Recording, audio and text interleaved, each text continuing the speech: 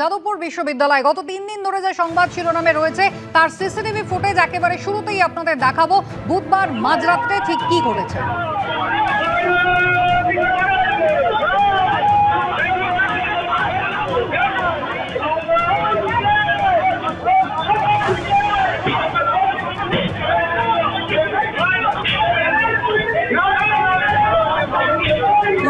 মাঝরাত্রের ঘটনা দেখতেই পাচ্ছেন সিসিটিভি ফুটেজের সময় তারিখ দুটোই দেওয়া রয়েছে।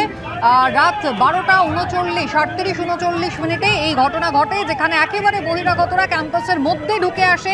4 নম্বর গেট দিয়ে তারা ঠেলে ভেতরে ঢোকে এবং এটা পিজি সায়েন্সের এন্ট্রান্সের সামনে এইভাবে আগুন জ্বালানো হয়। এই হচ্ছে 4 নম্বর গেট দিয়ে ঢোকার সময়কার ছবি, সিসিটিভি ফুটেজ।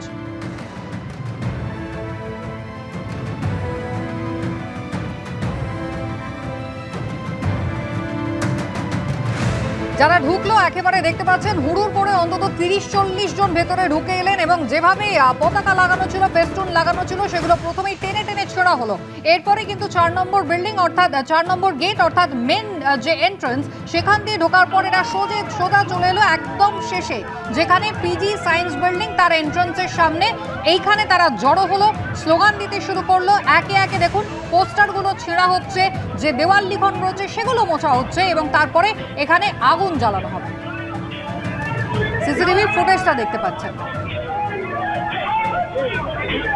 সিসিটিভি ফুটেজ পর্যন্ত সামনে চলে এসেছে, কিন্তু তারপরও প্রায় 3 দিন হতে চললো, এখনো পর্যন্ত গ্রেফতারি কাউকে করা হয়নি, আটক পর্যন্ত পুলিশ কাউকে করেনি। কৃষ্ণেন্দু অধিকারী আমাদের প্রতিনিধি রয়েছেন আমাদের সঙ্গে। কৃষ্ণেন্দু, বুধবার মাঝরাত্রের ঘটনার পরে উপাচার্যের সঙ্গে তোমার বারে বারে কথা হয়েছে। উপাচার্য গতকাল পর্যন্ত যেটা বলেছেন যে খুব স্বাভাবিকভাবেই যেটা ইউনিভার্সিটির নিয়ম, তারা সিসিটিভি ফুটেজ সংরক্ষণ করেন, সেই ফুটেজ প্রকাশ্যে চলে আসছে। কতজন ভেতরে ঢুকে পড়েছিল, তারা কি করেছিল, ভেতরে ঢুকে কিভাবে অশান্তি পাকিয়েছিল, তাণ্ডব চালিয়েছিল, আগুন জ্বালিয়েছিল, সব বোঝা যাচ্ছে। অথচ এখনো পর্যন্ত পুলিশ একজনকেও আটক বা গ্রেফতার করতে পারলো না। একদমই তাই। পুলিশের ভূমিকা নিয়ে রীতিমতো প্রশ্ন উঠছে। প্রথমত, পুলিশ যেদিন ঘটনা ঘটে সেদিন ঘটনাস্থলে গিয়েছিল এবং পুলিশ যে বিবৃতি প্রকাশ করেছে তাতেই স্পষ্ট, এবং তাদের বের করে দিয়েছিল। কিন্তু সেদিনও পুলিশ যারা এই ঘটনা ঘটিয়েছে তাদের বিরুদ্ধে কোনো পদক্ষেপ করেনি।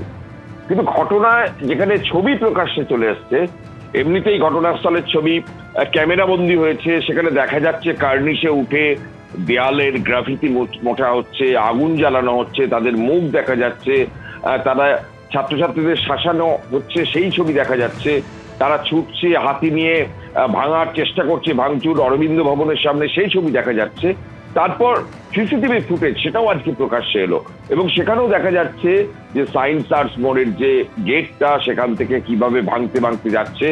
এবং 4 নম্বর গেটের যে ছবি রাতে দেখা যাচ্ছে, সেখানে অধ্যাপককে দেখা যাচ্ছে, এমন অভিযোগ উঠেছে বিশ্ববিদ্যালয়ের এক অধ্যাপক, তার সঙ্গে তিনি উপস্থিত আছেন দেখা যাচ্ছে, বহিরাগতরা ঢুকছে দেখা যাচ্ছে।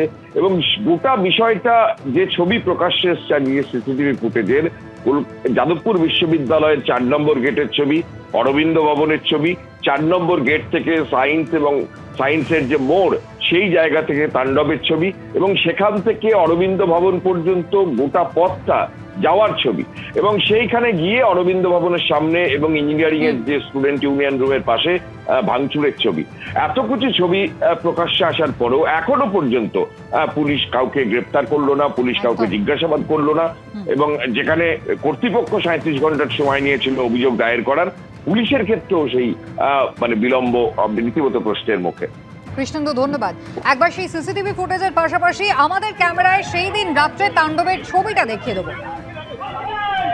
দেখুন, আমাদের ক্যামেরায় কিন্তু একেবারেই স্পষ্ট করে বোঝা যাচ্ছে যে সেদিন রাত্রে কারা ভেতরে ঢুকেছিল এবং তারা ঠিক কি কি করেছিল, কিভাবে পোস্টার ফেস্টুন ছিঁড়ে দলের এসএফআই এর পতাকায় কিভাবে সেদিন আগুন লাগানো হয়েছিল। এই হচ্ছে সিসিটিভি ফুটেজ। কারা ঢুকেছিল, কতজন ঢুকেছিল যেমন দেখা যাচ্ছে, তেমনই তাদের মুখও কিন্তু একেবারেই আমাদের ক্যামেরায় জ্বলজ্বল করছে, স্পষ্ট দেখা যাচ্ছে। কিন্তু তা সত্ত্বেও পুলিশ কিন্তু এখনো পর্যন্ত কারোর বিরুদ্ধে কোনো ব্যবস্থা নিতে পারেনি। এবিপি আনন্দ, এগিয়ে থাকে, এগিয়ে রাখে।